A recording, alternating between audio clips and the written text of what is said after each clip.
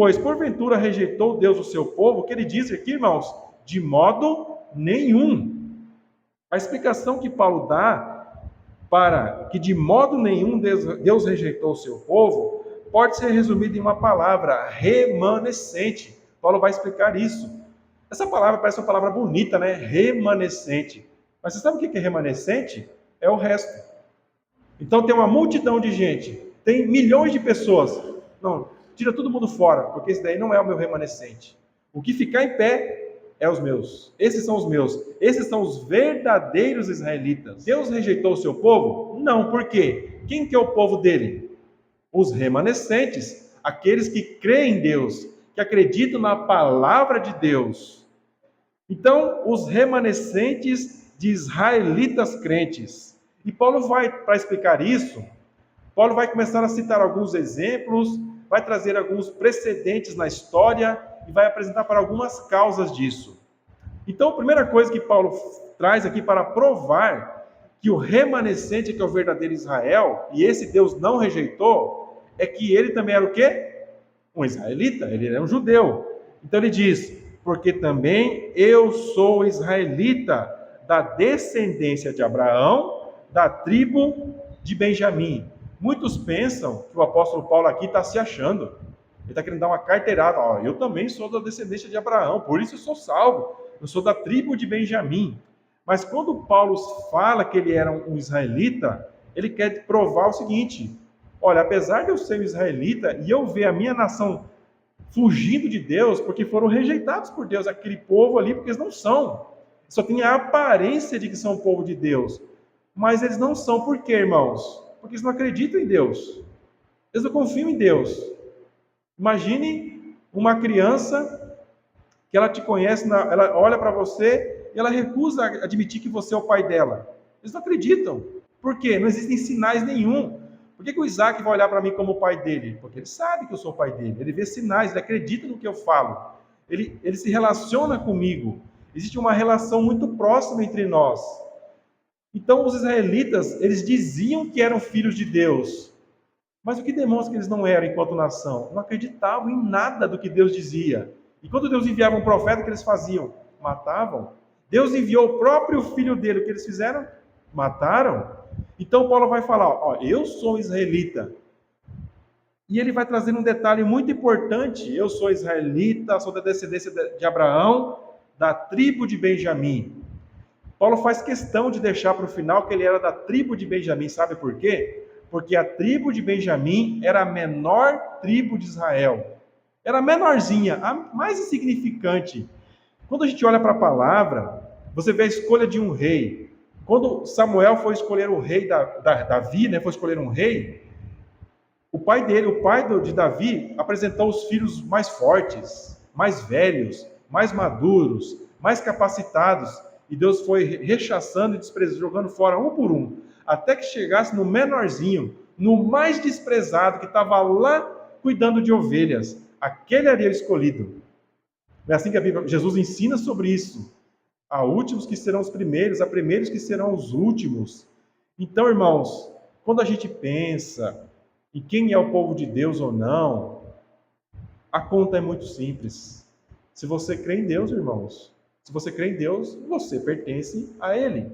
Se você é um israelita, você crê em Deus, amém.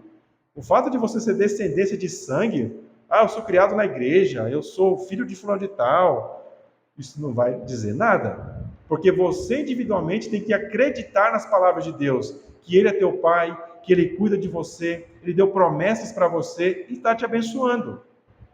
Então essa é a primeira questão que Paulo traz, o testemunho pessoal dele. Eu sou israelita e isso é uma prova de que Deus não rejeitou o seu povo. Então depois de ele apresentar isso, ele vai trazer uma causa, a eleição de Deus. Ele vai dizer, no versículo 2, Deus não rejeitou o seu povo que antes conheceu. Deus não rejeitou um povo que ele mesmo conheceu. Nós temos que dar um destaque aqui para a palavra conhecer, porque Paulo diz, Deus não rejeitou o seu povo que antes conheceu. A palavra conhecer aqui não é um mero conhecer de ouvir falar. Eu conheço fulano, é meu vizinho. Ah, eu conheço tal pessoa que mora em tal lugar. É um conhecimento de ter uma relação íntima de amor. Quando que Deus escolheu o povo dele? Antes da criação do mundo. E lá ele conheceu, em que sentido, irmãos? Não só que ele saberia o teu nome, o teu RG, o teu CPF. Esse é o meu filho amado. Esses são os meus filhinhos amados, que eu vou enviar o meu filho primogênito, unigênito, para morrer no lugar deles. Eu tenho um amor tão grande por eles, tão profundo, uma relação tão íntima, que eu vou fazer de tudo para cuidar deles. Esses aí são o meu povo que eu escolhi. Então, o que nós temos aqui, Deus conheceu o seu povo antes mesmo de ter criado todas as coisas. No versículo 7, do capítulo 11, Paulo vai chamar esses conhecidos de Deus de eleitos. Seria uma ofensa à santidade do amor de Deus dizer que Deus rejeita o que ele mesmo escolheu amar antes da fundação do mundo. Um ser humano pode abandonar o seu filho. Uma mãe pode abandonar o filho. Apesar do amor de uma mãe ser tão intenso, né, tão grande, é possível que uma mãe abandone um filho. Mas a palavra diz que Deus jamais vai abandonar os seus filhos. Qualquer sugestão de que Deus vai abandonar um dos seus filhos, irmãos, seria até uma blasfêmia ao nome de Deus. Um pecado muito grande, porque Deus jamais vai abandonar um dos seus filhos. Isso invalidaria todas as promessas de Deus. Mas como eu disse no começo, às vezes quando nós olhamos para a nossa própria vida, nós pensamos assim, cara, não é possível. Deus me abandonou aqui sozinho, para sofrer todos esses problemas aqui sozinho, e me deixou aqui e não escutou a minha oração. Você vai sofrer, você vai chorar, você vai se lamentar com Deus, mas no momento certo Deus vem e traz a solução para o problema. Deus te surpreende mostrando que Ele está o quê? Sempre pertinho. O Emanuel, o Deus conosco, está sempre nos cuidando como um Pai amoroso. Então, irmãos, nós vemos aqui que isso é apresentado para nós. A nossa fé, irmãos, você que já creu em Cristo, que está caminhando com Deus, você tem que saber de uma coisa. Você vai ser provado na tua fé nesse sentido. Muitas vezes você vai olhar para a tua vida, para as lutas que você enfrenta e vai pensar isso. Não é possível. Deus me abandonou. Não tem outra explicação. E Deus vai trazer essas situações, irmãos, para que Ele possa triunfar sobre os problemas que te cercam, sobre as dificuldades que te cercam, para que a tua confiança em Deus seja aprovada e seja aprovada. Novamente, como eu disse, irmãos, Deus vai ter aqui na terra muitos concorrentes que vão apresentar às vezes promessas que aos teus olhos vão ser melhores que as promessas de Deus, vão trazer soluções imediatas para os teus problemas. Nós citamos aqui o Salmo 91. Satanás usa o Salmo 91 para tentar Jesus. Jesus estava sendo provado ali no deserto, depois de 40 dias, 40 noites, ele teve fome. Satanás cita o Salmo 91, no versículo 7. Senhor, manda que essas pedras se transformem em pão. Ou se você quiser se jogar, daí pode se jogar. Deus vai mandar um anjo para te cuidar. Jesus, então, repele aquela promessa que o inimigo traz, distorcida, usando a palavra para torcer as coisas, para enganar, para manipular a realidade, para que Jesus abandonasse a confiança dele no Pai, naquele momento que ele estava passando por uma provação. E todos nós, você tem que saber isso, irmão. O que o Salmo nos ensinou? Que Deus nos livra nas tentações e não das tentações, não das tribulações. Por que isso, irmãos? Porque enquanto você está aqui na terra, todos os dias da sua vida, você está sendo provado. O que está sendo provado, irmãos? A tua fé. Quando você está passando por uma luta ou dificuldade, e você está sofrendo ali, ou o teu corpo está lutando com alguma doença, vamos trazer um exemplo para simplificar. O que você precisa fazer? Você precisa ir ao médico para fazer exames, certo? Para que você possa ver em que condição está a tua saúde, o que remédio você precisa tomar, que intervenção cirúrgica você precisa fazer. O médico vai fazer um check-up em você para acompanhar a tua evolução, de que maneira você está reagindo. quando você está com uma gripe, quando você está com uma dengue ou qualquer outro problema. Enquanto nós estamos aqui neste mundo, Deus nos prova para que nós mesmos, para que nós possamos saber em que condição nós estamos. Qual que é o nosso estado? Como estamos reagindo? Como nós estamos crendo? Como eu disse, o mundo inteiro é afetado por uma doença muito terrível, a incredulidade. E as lutas, irmãos, vão nos provar e vão pressionar a nossa fé. Deus te deu o dom da fé. Ninguém crê em Cristo sem ter recebido o dom da fé, irmãos. A fé é um dom, não é algo natural do ser humano, é um dom. Porque todo mundo vem com uma doença, chamada incredulidade. Mas Deus te dá um dom, chamado fé. O que vai acontecer na sua vida? Esse dom que Deus te deu vai ser provado, vai ser testado.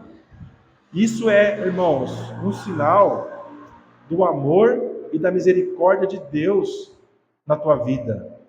Porque Deus não quer que você se confunda, que você esteja perdido na incredulidade. Ele quer que você demonstre a tua fé nele, que você cresça na fé. Por isso, então, nós temos aqui, irmãos, a constante prova da nossa fé. Como crentes, nós vamos ser provados na nossa fé. E Paulo vai trazer uma coisa aqui que vai trazer um consolo para nós. Ele vai dizer, isso não é novo. O que está acontecendo com os israelitas na época dele, ou o que acontece na nossa vida hoje aqui, não é algo novo. Ele vai trazer o precedente histórico de que, em nossa volta, irmãos, muitas pessoas, elas professam crer em Cristo, mas a fé deles é falsa, porque eles já estão seduzidos pelo inimigo. Elas estão escutando as promessas do inimigo, de recompensas imediatas. Não era novidade na história do povo de Deus. Então, no versículo 3, Paulo cita as Escrituras e o caso do profeta Elias. Ou não sabeis o que a Escritura diz de Elias? Paulo cita 1 Reis 19:14. No período em que o rei Acabe era rei de Israel, aconteceu uma grande apostasia. Você sabe o que é apostasia? Já ouviram falar dessa palavra, irmãos? Apostasia é o abandono da fé. É uma palavra também que é muito usada na Bíblia para deserção. O soldado, ele é chamado para ir para a guerra. E ele pega, joga a arma dele e vai de marcha ré. Foge do conflito. Ele é um desertor. Nós, como crentes, irmãos, somos chamados a batalhar pela fé que uma vez foi dada a nós. Muitas pessoas que ouviram a palavra, receberam o evangelho com alegria. Jesus diz isso. As tentações, as provações da fé vêm, essa fé não tem raiz. O que acontece com ela? É sufocada pelas pedras, das aflições, pelos espinhos, e logo a pessoa se afasta. Então isso não é uma novidade. Então, isso estava acontecendo lá, já na época do profeta Elias, quando o rei Acabe era rei. E o profeta Elias, ele ficou desesperado, então ele vai fazer aqui um lamento, onde ele quer colocar um limite no cuidado de Deus, ou na bondade de Deus. Então ele vai fazer um questionamento perante Deus. Como fala a Deus contra Israel?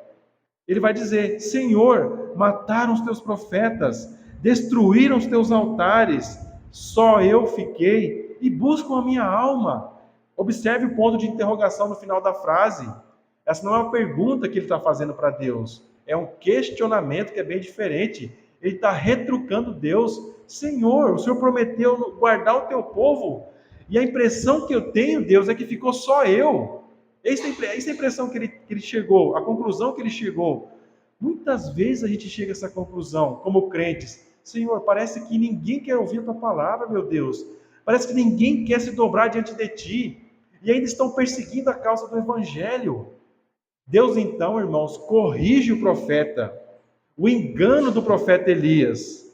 No versículo 4 temos a resposta divina. Paulo diz, mas que ele diz a resposta divina? Reservei para mim 7.000 homens que não dobraram os joelhos a Baal. Na visão de Elias, não existia mais ninguém que estava guardando a fé, e todos tinham se curvado a Baal. O que era Baal? Era o Deus que era cultuado pelos povos. Israel estava se prostrando perante esse ídolo. Quando nós temos lá o povo de Israel muito tempo antes, na época de Moisés, construindo um bezerro de ouro e adorando, aquele ali já era o Baal. Então, Baal era uma tentação muito antiga para o povo de Israel, esse Deus pagão, esse ídolo. E o rei Acabe, a sua mulher Jezabel, promovia a adoração desse ídolo. Estava matando os profetas, os sacerdotes, para colocarem sacerdotes de Baal no lugar. Então, o profeta teve que se esconder para não perder a sua vida. Ele entrou em desespero. Mas então Deus vem e diz para ele: Elias, você está enganado, porque eu reservei para mim 7.000 homens. Para quem achava que estava sozinho, 7.000 homens é um grande número, certo, irmãos? Então nós temos algumas coisas a pensar sobre isso. A primeira, mesmo os homens mais santos e piedosos que já passaram na terra falham quando tentam medir a grandeza do amor de Deus. Novamente, Deus ele quer surpreender o povo dele. Ele sempre faz isso. Você olha para a história, você não vê esperança com esses teus olhos aqui, você não vê nada de esperança. E por isso, às vezes, até mesmo os profetas não conseguem ver a grandeza, a dimensão do amor de Deus, da providência de Deus na vida do seu povo.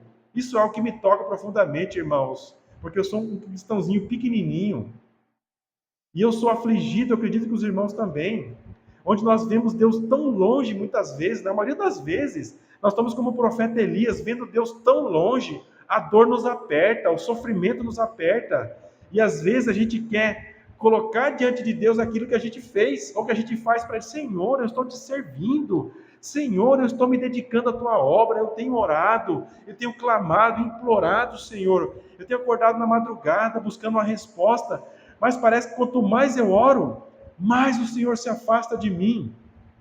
Irmãos, quando você estiver nessa situação, saiba que isso é algo comum para todos nós cristãos. Deus vai te colocar em situações até que você esteja dessa maneira, implorando pelo socorro dele na sua vida. Com qual objetivo, irmãos? Ele quer demonstrar para você, seja aqui na terra, ou seja lá na glória, o dia em que você vai estar lá. Ele quer mostrar que a bondade dele, irmãos, não pode ser medida. Nós não temos uma régua para medir a grandeza do amor e da misericórdia de Deus. Quantas vezes a gente olha para o nosso próprio pecado e a gente pensa: Senhor, não há esperança para mim, Senhor. O meu pecado é muito feio. O que eu tenho pensado, o que eu tenho falado, o que eu tenho feito, ou então a minha inconstância. Talvez eu me dedico a Ti, mas a maior parte do tempo eu não estou nem aí, Senhor. Não há esperança para mim. Essa é a grande tentação que existe sobre nós, de acharmos que Deus, ou que o amor de Deus, ou que a bondade de Deus, irmãos, pode ser medida com a regra que você coloca. Mas não é assim, irmãos. A bondade e a misericórdia de Deus é infinita, e você não pode medir o infinito. Isso é o que deve ser destacado para nós em primeiro lugar. Uma segunda coisa, outro fato a ser observado aqui, é que não importa a gravidade da apostasia, ou do nível de afastamento da fé em sua volta, Deus sempre reserva um remanescente que não se curva ao ídolo que está na moda. Nós temos ídolos que estão na moda hoje em dia, irmãos, muitos ídolos, o dinheiro, os remédios talvez, as propagandas que existem no mundo, políticas, e tantas outras, homens que se levantam, irmãos, promovendo, trazendo promessas de solução imediata para os nossos problemas aqui na terra. Promessas de um céu na terra, mas sem Deus, sem Cristo. É o que o mundo oferece aí para você. Não precisa, você pode ser feliz do seu jeito. Você pode viver a sua vida tranquilamente, sem ter esse peso nas suas costas, de ter que prestar conta para Deus que está tão longe. Deus não está nem aí para você. É isso que você ouve todos os dias. Talvez não com palavras. Você ouve pela atitude das pessoas que estão em sua volta. Existe uma grande apostasia. Nós somos um povo gentil, um povo que foi alcançado pelo cristianismo. Então nós temos gerações e gerações de pessoas que foram educadas dentro das igrejas, que ouviram a palavra de Deus. Mas quando você olha para a cultura que está em nossa volta, São pessoas que não têm compromisso nenhum mais com Deus. E o que significa isso, irmãos? É a grande apostasia que está em nossa volta. Pessoas que não têm mais nenhum envolvimento com Cristo. E o que nós fazemos com isso, irmãos? Ou você vai olhar para Deus e para a bondade de Deus que é infinita, ou você vai seguir a multidão, a grande multidão de pessoas que já estão se curvando aos Baals do tempo presente. Estão por aí, irmãos. Está cheio de ídolo para você acreditar. Mas você tem essas duas alternativas. Ou você crê na providência e no amor de Deus, ou você vai se juntar à multidão que já se curvou a Baal, que não conseguiu esperar em Deus. A última coisa a ser observada é que quem reserva esse remanescente é Deus. Irmãos, às vezes você pode olhar para a tua vida, para a tua fé, e você pensa, Senhor, a minha fé é muito fraca. Realmente ela é fraca, irmãos. A nossa fé é muito pequena. Jesus vai trazer algumas comparações como um grãozinho de mostarda. Então é uma coisinha minúscula, cabe na pontinha do dedo. Não é a tua fé que vai te sustentar, irmãos. É a soberania de Deus. É a misericórdia de Deus que vai te sustentar. Você como remanescente. Não pense que você está em pé, irmãos, porque você é forte. Você está em pé porque Deus é forte. Você só consegue permanecer em pé diante das adversidades e das provações da tua fé, porque Deus é que te sustenta. Só Ele pode capacitar o seu povo eleito e escolhido a ficar em pé, quando 1000 caem de um lado e 10.000 do outro. Se Deus os deixa entregues a si mesmos, eles seguirão a multidão. Estar em pé, estar firme, irmãos, na fé, é como você tentar remar contra a corredeira, a correnteza deste mundo, um mar agitado, ou uma corredeira muito forte. Você não consegue remar contra a correnteza de credulidade que move os povos para o abismo. Você não tem essa força. Você já viu alguém que caiu numa corredeira e conseguir sair dela? De uma correnteza muito forte? É impossível, irmãos. É impossível. Talvez se a pessoa está na margem, podendo se agarrar em alguma coisa. Agora, nadar contra, com as próprias forças, é impossível. Mas se alguém te sustenta e te lança uma corda, um salva-vidas, então você consegue escapar dessa corredeira, dessa correnteza. Então isso deve nos ajudar a pensar, irmãos. Se você está em pé, se você está crendo em Cristo, apesar da sua fé ser pequenininha e frágil, saiba que quem tem sustentado a tua fé é Deus. E se Ele está sustentando a tua fé, irmãos, o que você deve concluir? Então você está seguro. A aplicação desse precedente histórico dos tempos de Elias ao presente. No versículo 5, Paulo quer dizer, olha, o que aconteceu lá com o profeta Elias, o fato de muitas pessoas terem abandonado, se curvado a Baal, mas 7.000 terem permanecido ali como remanescente, é o que está acontecendo agora. Embora a nação de Israel tenha rejeitado a Cristo como Salvador, por incredulidade, não são todos os israelitas que estão fazendo isso. Existe ainda um remanescente. Paulo diz, assim pois também agora, neste tempo, ficou um remanescente. Deus nunca mudou o seu método de salvação. A forma como Deus salvou homens e mulheres no passado é a mesma no presente e será também no futuro. Deus sempre tem o seu remanescente escolhido, que Ele reserva pelo seu poder para a salvação. Por que nós estudamos isso? Por que a palavra revela isso, irmãos? Irmão, tudo bem, eu acredito. Mas se não está na nossa mão isso, por que a palavra ensina essas coisas? Para humilhar o teu orgulho, para não deixar margem nenhuma que você possa achar que você possa se salvar com as tuas forças. Eu acho o tratamento quimioterápico algo muito triste e muito evasivo, ou invasivo, né? Eu acredito que essa é a palavra correta. Evasivo.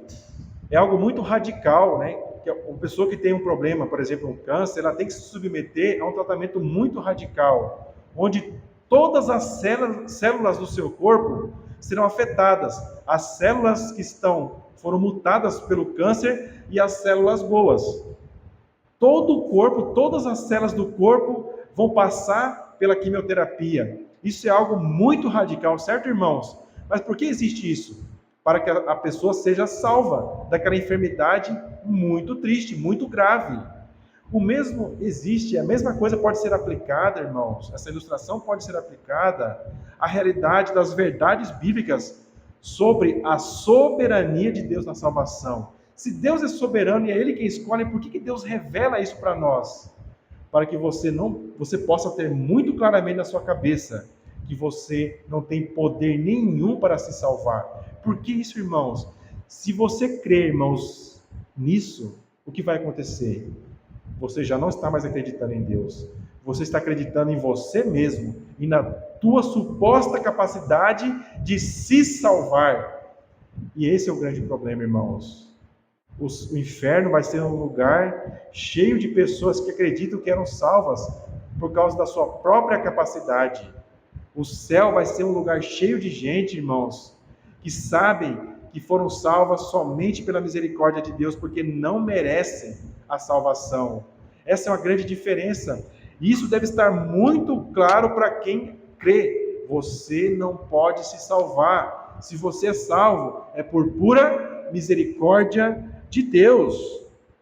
O modo como Deus reserva o seu remanescente. Paulo vai aprofundar o que eu acabei de falar para os irmãos no versículo 5, na segunda parte. Assim, pois, também agora, neste tempo, ficou um remanescente segundo a eleição da graça. O que é eleição? Escolha. Quem que Deus escolhe para ser um remanescente? Quem que escolhe? Deus é quem escolhe. Uma eleição da graça. Não é por mérito ou capacidade. Aqueles que ficaram, aqueles 7 mil pessoas, juntamente com Elias, que ficaram em pé, enquanto milhares ou a nação inteira se prostrou perante os ídolos, só ficaram em pé porque eles passaram, porque eles foram eleitos segundo a graça, segundo a misericórdia de Deus. Como eu disse, uma pessoa não consegue atravessar uma corredeira contrariando ela, isso é impossível. Você só pode fazer isso se alguém te sustenta e te pega pela mão.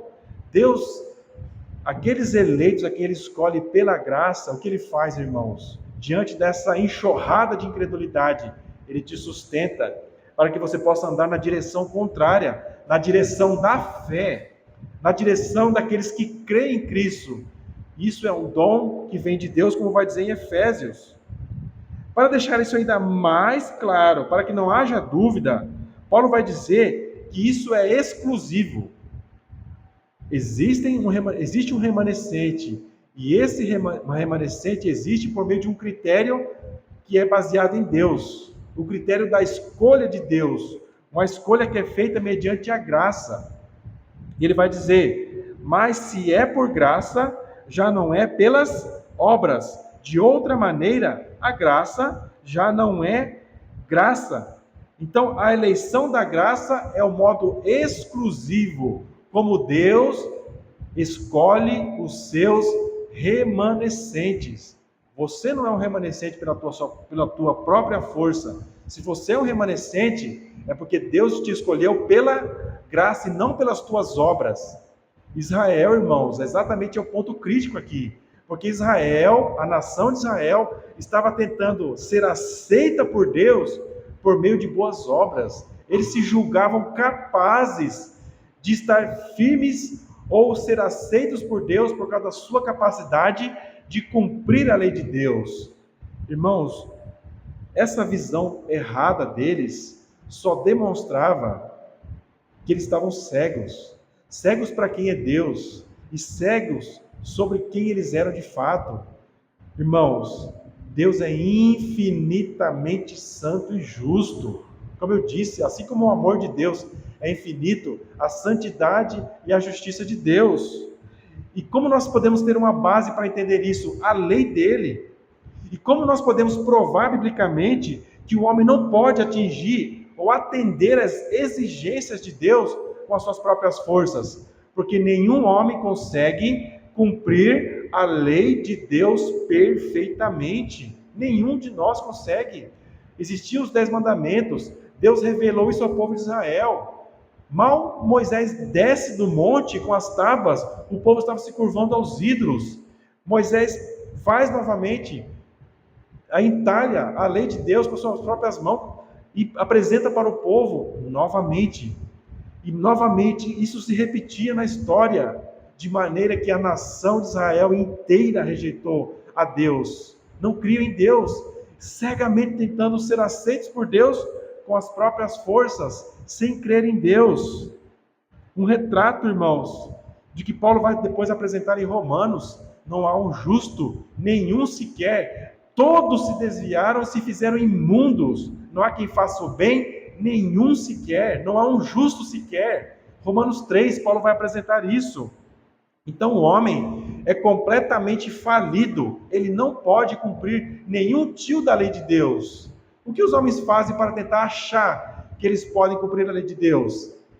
Eles criam tradições religiosas ou práticas morais para tentar agradar de alguma maneira a Deus, não porque eles creem, mas porque estão tentando pagar a Deus. É o que os israelitas faziam. Eu vou na igreja, eu pago o dízimo, eu não sou tão mal como um gentio, eu estou aqui, lendo a palavra, eu decorei a Bíblia. Então eles tinham várias práticas para tentar provar um tipo de justiça própria. E Paulo vai dizer, isso daí não serve para Deus. Você só está demonstrando a tua condenação. Por isso, irmãos, que Deus só tem um método, uma maneira de guardar o seu remanescente. E é por meio da eleição, da graça. Tem como misturar, então? Vamos tentar misturar. As pessoas vão rejeitando, e Paulo vai novamente enfatizar isso, explicar de outra maneira. Não é esse método é exclusivo à eleição da graça. Não é possível misturar a eleição da graça com as boas obras. Paulo vai dizer, no versículo 6, segunda parte, se porém é pelas obras, já não é mais graça. De outra maneira, já não é obra. A salvação não pode ser metade pela graça e metade pelas obras. Irmãos, isso é um conceito muito comum na sociedade. Tudo bem, irmão, eu acredito que Deus é que salva, mas a pessoa tem que se esforçar para ser salva. A pessoa tem que fazer o bem para ser salva. O que você percebe sempre? O homem sendo colocado na frente. A capacidade do homem sendo colocada na frente. Como se o homem tivesse essa capacidade. Se o homem tivesse essa capacidade, eu concordaria. Mas por que isso é errado, irmãos? Porque o homem não tem essa capacidade de cumprir a vontade de Deus, de cumprir a lei de Deus perfeitamente, porque Deus não aceita menos que a perfeição. Uma coisa capenga, Deus não aceita. Esse é o nosso problema, irmãos. Talvez no mais íntimo do teu ser você acredita que você consegue cumprir perfeitamente a vontade de Deus, mas a palavra de Deus dá testemunho que você não consegue. Isso exige fé. Você tem que acreditar no testemunho da palavra a teu próprio respeito. Crer no Evangelho envolve você crer no que a Bíblia diz sobre quem você é. E o que você é? Um pecador que não pode cumprir a lei de Deus. Você não consegue, mas você vai tentar fazer o quê? Você vai tentar escapar disso, tentando misturar. Não, tudo bem. Eu acredito, então, que eu não tenho, assim, a capacidade de ser perfeito, mas eu tenho que me esforçar de alguma maneira. Você está tentando misturar, por isso Paulo vai falar aqui no versículo 6. Ou é pela graça, ou é pelas obras. Um dos dois vai estar certo, mas os dois ao mesmo tempo não. Ou a salvação é um presente, ou é um salário. A salvação, irmãos, biblicamente, o que ela é? Um presente. É uma coisa gratuita, é de graça, é 0800. Não existe pagamento pela salvação. O testemunho unânime da palavra de Deus é que o método de salvação verdadeira é pela graça. Não existe salvação por obras. O que Israel escolheu? Ele descartou o método de salvação pela graça por meio da fé. Escolheu o método humano de salvação, que é baseado em boas obras. Existem milhares de religiões no mundo, irmãos. Milhares. Mas todas elas, com exceção do cristianismo bíblico, porque existe cristianismo antibíblico, que apresenta também salvação por obras. Todas as religiões da Terra, a grande maioria delas, 99% delas, é uma religião humana baseada na salvação por obras. Então o cara tem que ir numa missa para alguém fazer um sacrifício para ele. Ele tem que ir lá no profeta, para o profeta fazer alguma coisa para ele, para um sacerdote fazer um ritual para que ele possa ser salvo. Ou essa pessoa tem que pagar alguma coisa, fazer algum tipo de coisa, ou talvez ela tenha que criar algum tipo de ensino, onde ela não foi boa o suficiente aqui na Terra, então ela morre e se reencarna para tentar pagar pela salvação, sendo a melhor pessoa do que ela foi nessa primeira vida. E num ciclo infinito isso vai acontecer até que ela esteja totalmente purificada. Doutrinas doidas, loucas, onde os homens buscam de maneira desesperada encontrar esperança em si mesmos, criando religiões onde o orgulho é exaltado, onde a pessoa acha que ela pode escalar uma escada de boas obras e chegar ao topo, santo da santidade de Deus, sendo que a palavra de Deus vai dizer, isso é impossível. É impossível que o homem seja salvo acreditando que as suas boas obras vão satisfazer os padrões de Deus, de justiça de Deus. Isso tem que ficar claro para nós, irmãos. O método de salvação humana de boas obras é totalmente falso e falho. Por que ele é falso? Porque ele não é bíblico. É uma distorção da palavra. Satanás tentou apresentar isso para o próprio Jesus Cristo. Atalhos. Nós temos que apontar somente para a palavra, irmãos, correr para a palavra. Porque se você foge da palavra, você vai cair de boca em falsos ensinos que vão tentar promover uma salvação por obras. E uma outra característica, esse tipo de esperança ela é falha. Quando você mais precisar, o que ela vai fazer? Ela vai faltar com você. No dia que você for se apresentar perante Deus para prestar conta das tuas obras, você vai lá crendo que as tuas boas obras vão te salvar. E Jesus vai olhar para elas e vai dizer, meu amigo, me desculpa, isso daí não passa de um trapo sujo de imundícia, é apenas uma máscara que você colocou sobre si mesmo para tentar ocultar a verdade que você não quis acreditar. Quando a palavra foi aberta para você, você não quis. E ao invés de você crer e se arrepender, você optou em esconder essa realidade com boas obras, que a mim você não vai convencer. Paulo vai dizer, por quê? Qual é a razão disso? Porque Israel buscava, não alcançou. Israel até hoje é cego, buscando ser aceito por Deus com boas obras. Alcançar a salvação? Vão alcançar a salvação, irmãos, dessa maneira, rejeitando a Jesus Cristo como Salvador? Não vão alcançar. É o testemunho da palavra. A segunda coisa, agora sobre o método divino de salvação, que é pela eleição da graça. Esse método é verdadeiro e eficaz. É verdadeiro porque é Deus quem trouxe esse método. É Deus quem revelou esse método. E ele é eficaz, irmãos, porque é a palavra de Deus. É a palavra de Deus. Mas os eleitos o alcançaram. Se você é escolhido, não é você que escolhe nada.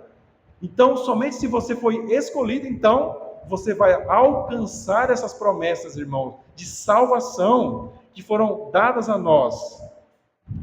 E aqui Paulo vai trazer agora um outro aspecto. Então Deus vai salvar aqueles que são eleitos mediante a graça. E o que acontece com os demais que estão na incredulidade? O versículo 7, terceira parte diz, e os outros foram endurecidos. Notem, irmãos, que o mesmo fogo que vai amolecer a cera, vai fazer o que com o barro? Vai endurecer o barro. A mesma palavra, as mesmas promessas que amolecem o coração daquele que é eleito pela graça, vai fazer o que com aquele que é incrédulo? Endurecer o coração ainda mais. Quanto mais uma pessoa, a maioria das pessoas por escutam o evangelho, quanto mais ela ouve, muitas delas, mais o coração é endurecido para a verdade, mais ela se apoia em falsas promessas. O mesmo Deus que elege o seu remanescente por meio da sua graça, é o mesmo Deus que entrega os incrédulos para a dureza dos seus próprios corações. Essa é uma verdade dura, irmãos? Sim, é uma verdade dura e está revelado na palavra. Mas como eu disse no começo, Deus sempre surpreende o seu povo. A bondade e a misericórdia de Deus, irmãos, elas são profundas demais. E aqui nós temos o povo de Israel, a maioria deles, aqueles que se dizem ser Israel, o que aconteceu com eles? Enquanto nação, foram endurecidos. Para tentar amenizar o impacto da dureza dessa verdade, Paulo não vem aqui sozinho. Ele busca amparo nos profetas do Antigo Testamento. Ele busca amparo nas escrituras do Antigo Testamento. Então, Paulo vai citar Isaías e vai citar Davi.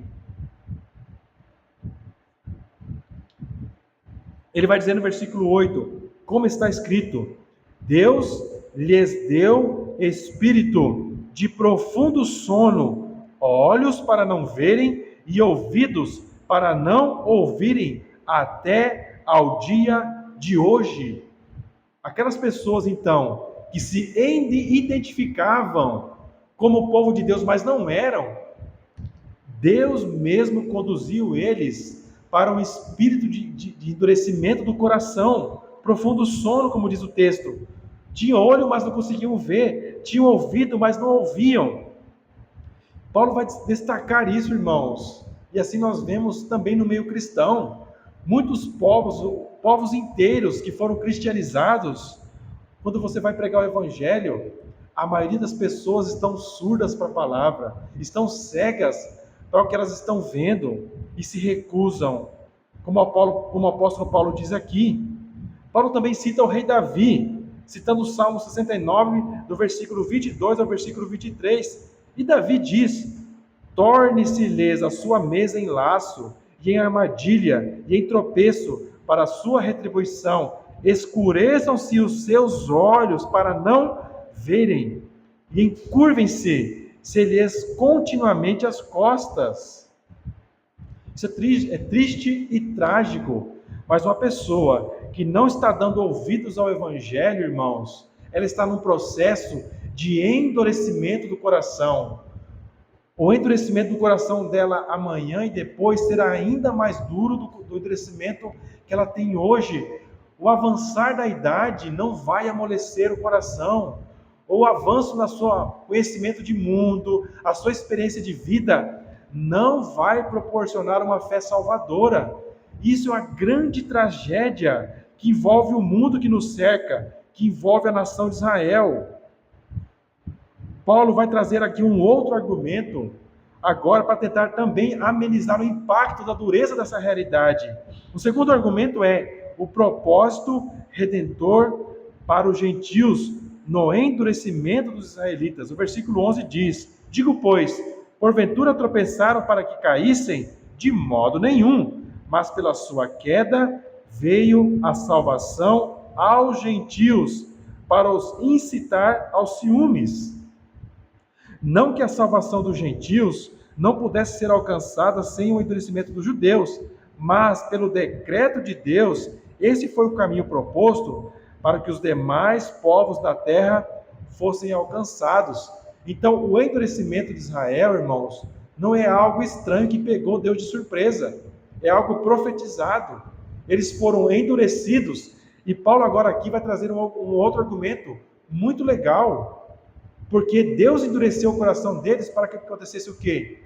Para que os outros povos da terra fossem alcançados pelo Evangelho. A promessa veio primeiro para eles. O Evangelho foi pregado e revelado para eles. Jesus veio da descendência deles. O que eles fizeram com Jesus? Rejeitaram. Mas quando os apóstolos começaram a pregar o Evangelho no mundo, o que aconteceu, irmãos, em pouco de 300 anos? Todo mundo conhecido da época ouviu falar de Cristo e igrejas foram plantadas num tempo recorde no mundo inteiro. Na primeira pregação do Novo Testamento, no dia de Pentecostes, quase 3.000 almas foram salvas. Então, foi uma estrondosa recepção do Evangelho pelos outros povos, enquanto os judeus estavam ali. Mas como estão até hoje, não querem nem saber de Jesus. Mas Esse endurecimento é sem propósito? A palavra de Deus revela que esse endurecimento deles, a rejeição deles, foi para que o caminho entre os povos gentios fosse aberto para o evangelho. Existe um outro propósito redentor, agora inclusive para os próprios israelitas, no seu próprio endurecimento, no versículo 12. E se a queda é a riqueza do mundo e a sua diminuição a riqueza dos gentios, quanto mais a sua plenitude, e existe um ponto de exclamação aqui no final. Então aqui, o texto vai dizer que eles caíram e diminuíram. Então o povo de Israel, lá no comecinho, muitas pessoas ainda acreditavam em Deus e ficaram firmes nas promessas. 40 anos depois, o que aconteceu com Israel, irmãos? Foi um gatinho pingado que entrou na terra prometida, porque o povo, enquanto nação, morreram todos no deserto. Por quê? Não creram em Deus.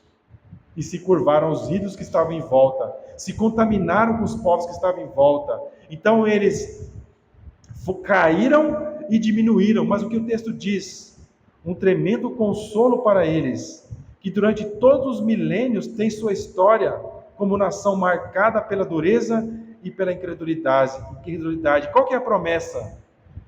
A rejeição de Israel não é definitiva. Existem coisas acontecendo, irmãos, na história que ainda nós não vimos. O que nós temos visto agora é que Israel, enquanto nação, rejeitou a Cristo para abrir o espaço para nós que somos os gentios. Mas vai chegar um momento na história onde vai acontecer um grande avivamento em Israel, onde todos eles, talvez uma grande maioria de israelitas, vão crer em Cristo. Talvez a gente veja isso com os nossos olhos, nós possamos testemunhar isso, ou não, mas o fato é que Deus reservou essa promessa para eles. Embora no presente eles sejam rejeitados, essa rejeição não é definitiva, mas quando chegar o tempo determinado por Deus, eles serão novamente aceitos. Eles não serão rejeitados para sempre. Uma segunda coisa, a sua aceitação no futuro será gloriosa. Se a queda e diminuição serviu para abençoar todos os outros povos da terra, quanto mais a sua plenitude, quando se levantarem e aumentarem, quando eles crerem em Cristo em grande número. Pense, irmãos, quando a gente for pensar na incredulidade deles, que eles ostentam contra Cristo, você tem que pensar que Deus tem propósitos para a tua vida.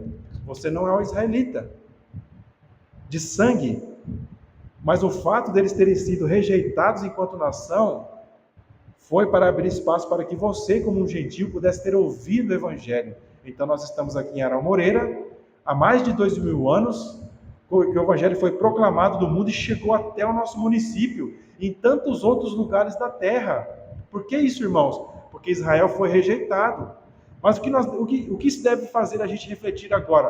Bom, se eles, enquanto nação, foram rejeitados para que nós pudéssemos, como gentios, ouvir o Evangelho e crer e ser aceito como um sinal de que Deus nos escolheu como um remanescente, isso deve fazer com que a gente interceda pelo povo de Israel.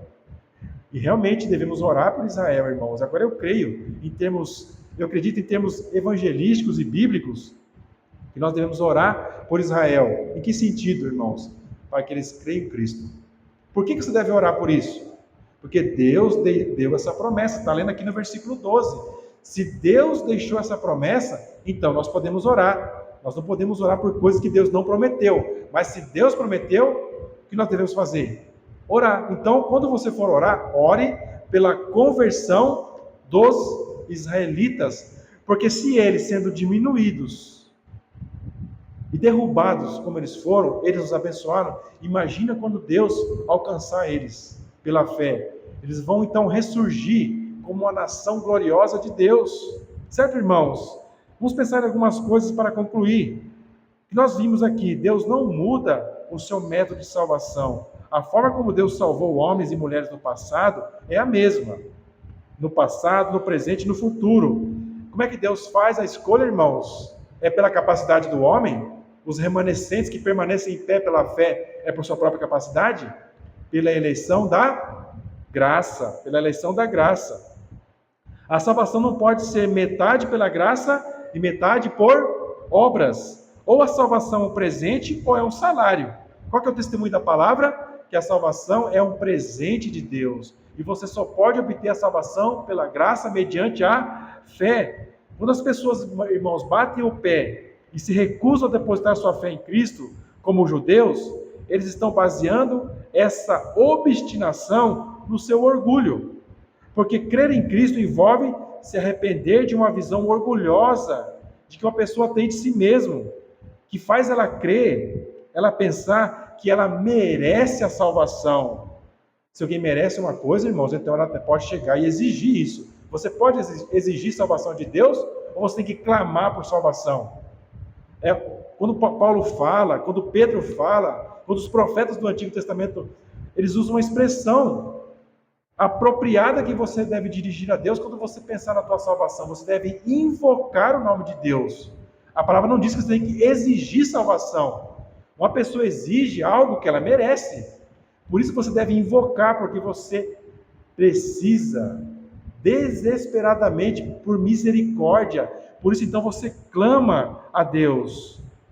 O grande argumento que uso contra a salvação pela graça mediante a fé é que uma pessoa que busca a salvação pela fé usa isso como um pretexto para viver no pecado e ainda assim receber recompensas no final. Irmãos, em nenhum momento a palavra vai dar amparo para uma fé estéril. O que Tiago diz? Que a fé sem obras é o quê? Morta. Mostra a tua fé pelas tuas obras. Então aqui nós não estamos pregando, irmãos, algum tipo de licenciosidade, onde eu sou salvo pela fé e eu posso viver a minha vida de qualquer maneira, porque eu estou acreditando, e no final eu vou ser salvo ainda. Nós não estamos ensinando isso, irmãos. O que nós estamos ensinando, em resumo? Você não é salvo por boas obras, mas você é salvo para as boas obras. Você não pode ser salvo por boas obras. Mas para que Deus está te salvando? Para que você ande em boas obras. Mas essas boas obras, irmãos, só virão depois que você crê em Cristo. Depois que você se entrega completamente a Cristo como teu único Senhor e Salvador. Israel descartou o método de salvação pela graça por meio da fé em Cristo. Eles escolheram um método humano de salvação que é baseado em boas obras, onde se busca merecer a salvação. Como vimos, este método de salvação humano, o que ele é, irmãos? É falso e falho. Provérbios 14, 12 diz: há um caminho que ao homem parece direito, mas o fim dele são os caminhos da morte. Se você, aqui esta noite, está crendo, pondo a tua confiança em algum tipo de salvação por obras, irmãos, saiba que isso é um caminho que talvez pareça direito, mas no fim, isso é um caminho de morte que você está trilhando. Não importa a gravidade da apostasia, Deus sempre reserva um remanescente escolhido por sua graça, que não se curva aos ídolos da moda. Portanto, não baseie a tua fé na maioria. Mas eu vou naquela igreja lá, só tem 5 pessoas lá. Eu não. Eu vou lá na igreja do fulano, está lotada de gente. A igreja aqui está cheia de gente, eu vou lá. Irmãos, não se baseie nisso. Minha família, ninguém vai na igreja, por que eu tenho que ir também? Eu não vou mais também não. Ninguém está indo, eu também não vou. Não baseie, irmãos, a tua esperança na maioria. É uma tendência natural nossa. É o efeito manada, como se diz. Esse o ser humano, ele tem isso como instinto de sobrevivência. Algo muito parecido com o instinto animal, de se ir fazer o que todo mundo está fazendo. A fé envolve você o quê? Pertencer a um grupo de remanescente. Então, muitos estão se afastando, muitos estão seguindo seus próprios caminhos, mas você está seguindo o caminho da fé, que é o caminho de Deus. Só Ele pode capacitar o seu povo eleito e escolhido a ficar em pé. Quando 1000 caem de um lado e 10.000 do outro, a salvação é baseada do começo ao fim na graça de Deus. Essa verdade, irmãos, pode te humilhar. Pode humilhar o teu coração endurecido. Mas você deve crer, irmão, no que a palavra diz. Porque a salvação é somente por meio da fé em Cristo. Você precisa crer no testemunho que a palavra dá a teu próprio respeito. Você está falido espiritualmente. Você não pode se salvar. Somente Jesus Cristo pode se salvar. Se você crê em Cristo, então saiba de uma coisa: o fato de você crer em Cristo é um selo, é um sinal de que você foi escolhido pela graça. É assim que você sabe que você é escolhido, porque você crê somente em Cristo como teu Salvador. Faça isso e você pode trazer essa promessa para a tua vida. Eu sei que o meu Redentor vive, eu sei que Ele me ama, que Ele me escolheu antes da fundação do mundo, por pura misericórdia e graça, porque eu não mereço, e eu sei disso porque eu creio 100% nisso.